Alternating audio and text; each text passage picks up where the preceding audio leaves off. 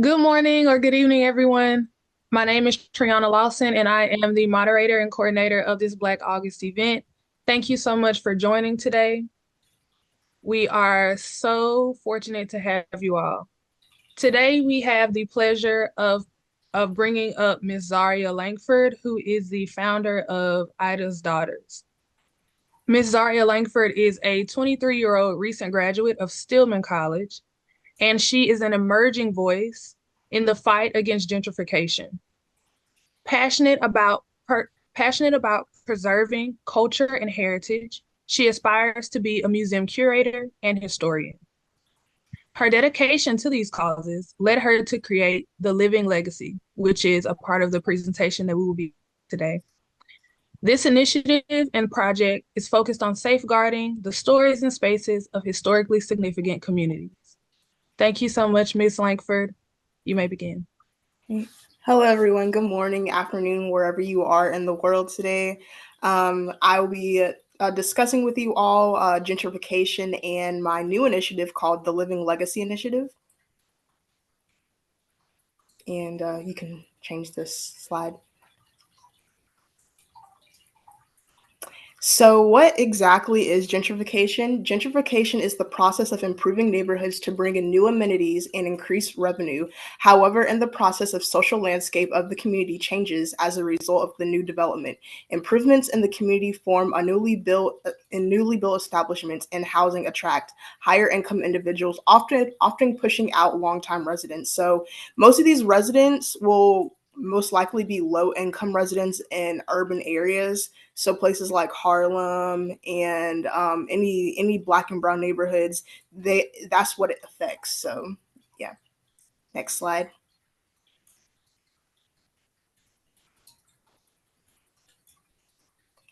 And how does gentrification affect Black and Brown people? So first and foremost, gentrification has a disproportionately negative effect on Black and Brown communities, including displacement, cultural displacement, and economic challenges. So with displacement, when capital flows into a neighborhood, longtime residents of color may be displaced if there isn't enough affordable housing or protections in place.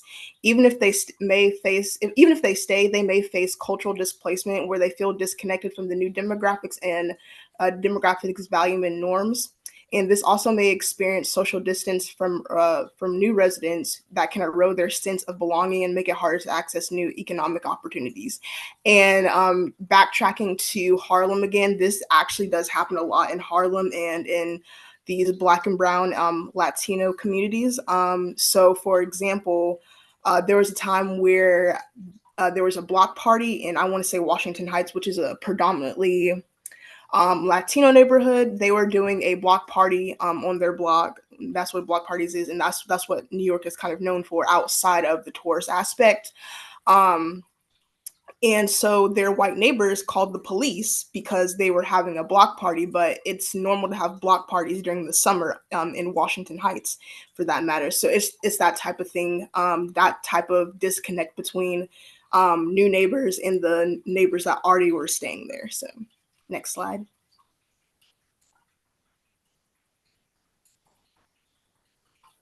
And how does gentrification affect Black and Brown people continued?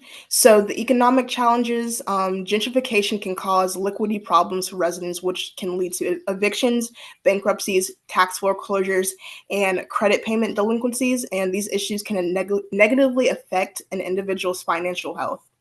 And then there's also the cultural experiences. Black and Brown residents may have a negative and cultural experiences as their neighbors change. This may confront changing neighborhood norms, witnessing the erasure of what was and the feel othered. So like I said, that happened in Washington Heights because that's like kind of a cultural norm in Washington Heights and Harlem and all of these different neighborhoods, Jamaica, Queens, block parties, day parades.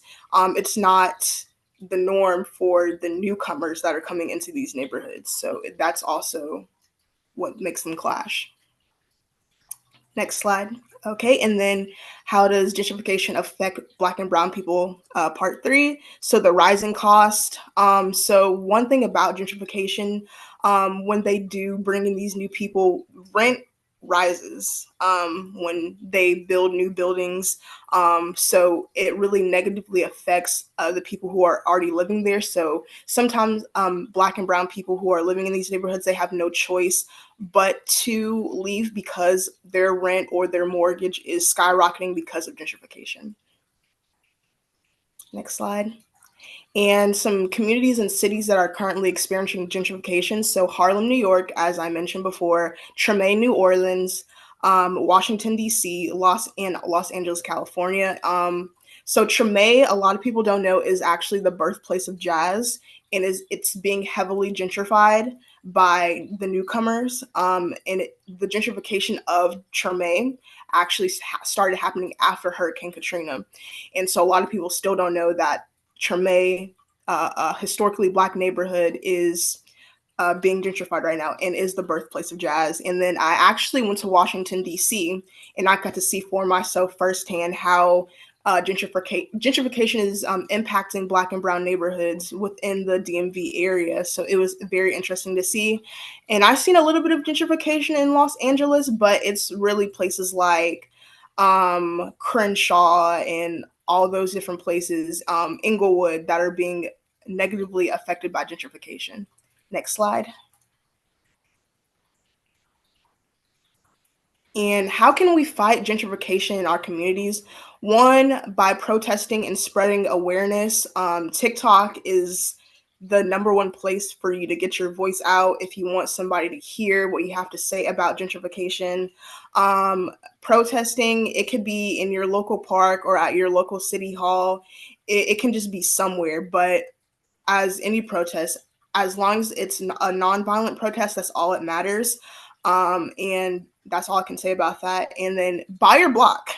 So if you're living in a urban area that you know that is on the verge of being gentrified or will be gentrified in the next few years, I feel like it's best to buy a piece of property in that area and, I don't know, turn it into a business, move into that piece of property that you buy and employ those people in your neighborhood. So, for example, if you buy an old corner store in Atlanta or New York, repurpose it and make it into a soul food restaurant or something, or an African restaurant, and employ people in that neighborhood to work at your restaurant. And that's how you fight gentrification. That is one way you fight gentrification. Also, living and working in the quote unquote hood. I just call them urban areas. I don't like to call it the hood simply because I feel like calling a historically Black or brown area the hood is a negative connotation.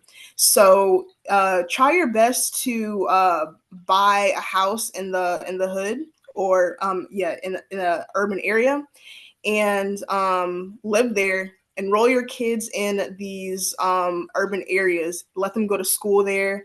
Form alliances in your community to protect the neighborhood. And how can we fight gentrification continued? Another way to fight gentrification is to discuss the history and the significance of these communities. Talk to the residents in these neighborhoods, and then let them tell their stories. And if they don't have the voice to speak or tell their stories, tell it through you. Tell their stories through you. That's another way, because a lot of these Black and brown neighborhoods do have a lot of rich history and a lot of cultural significance, especially the cities up north. And the Living Legacy Initiative. So the history of the Living Legacy Initiative, it was born through the Gandhi King Scholarly Exchange Program. And as a participant, I was obligated to create an action research project and present it at the end of the program. And I immediately thought of housing security, housing insecurity, and gentrification as my focus, simply because I used to live in New York and I saw how gentrification was impacting these Black and brown cities firsthand. I used to go to Harlem a lot. Harlem was my hangout spot. And it kind of really affected me negatively once I saw a Whole Foods in Harlem. And Harlem is a historically Black and Latino neighborhood. So in my head, I was like, what black and brown person goes to Whole Foods? Because when you go to these black and brown neighborhoods, there are no Whole Foods, there are no Sprouts, no Publixes. It's just like your regular corner stores. So if you want to go get healthy food, you would have to go travel outside of your borough or outside of your city just to go get decent groceries. And then of course there's your liquor stores, your package stores. That's that type of things that you would find in black and brown areas. So I was like, okay, this is new. So that kind of threw me off guard when I saw that Whole Foods. I was like, yes, Harlem is changing. I seen affluent people with their little poodles and their little dogs and stuff, just walking around Harlem as if Harlem wasn't nothing to them, and they just move into these cities like it's nothing. So yes, so that's what kind of made me do that. So, and with the Living Legacy history continued, as time went on, I named my project Living Legacy Initiative because I think of these black and brown neighborhoods as living legacies. And I'm always going to revert back to Harlem because Harlem is like my favorite place in New York.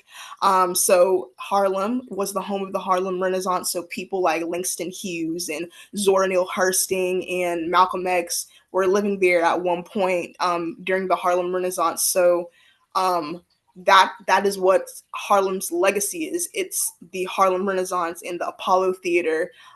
It's just a safe haven for Black people. So. And LLI's mission and purpose. So the mission of LLI is to preserve and protect the legacies and the history of Black and brown neighborhoods that are experiencing or at risk of being gentrified. So we preserve these neighborhoods through museum curation and historic preservation. A museum will be implemented in every neighborhood that LLI protects, and these museums will tell the stories and rich history from the residents themselves.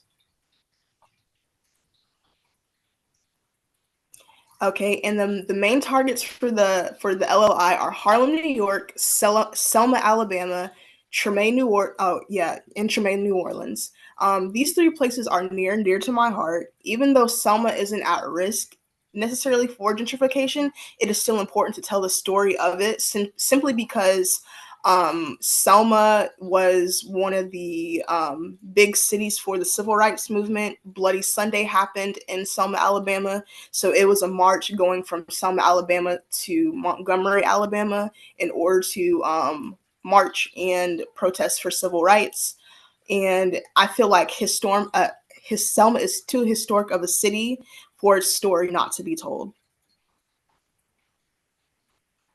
And the LOI will be an ongoing project throughout the years. Selma will be the first area that I focus on as I will be based in central Alabama, and the museum in Selma will be called Selma House. I will be collaborating with my partner's construction company to work on all of the museums, and as of now, LOI is open for grant money and collaboration/partnerships. And thank you. Any questions? And I have all of my contact information listed below. So.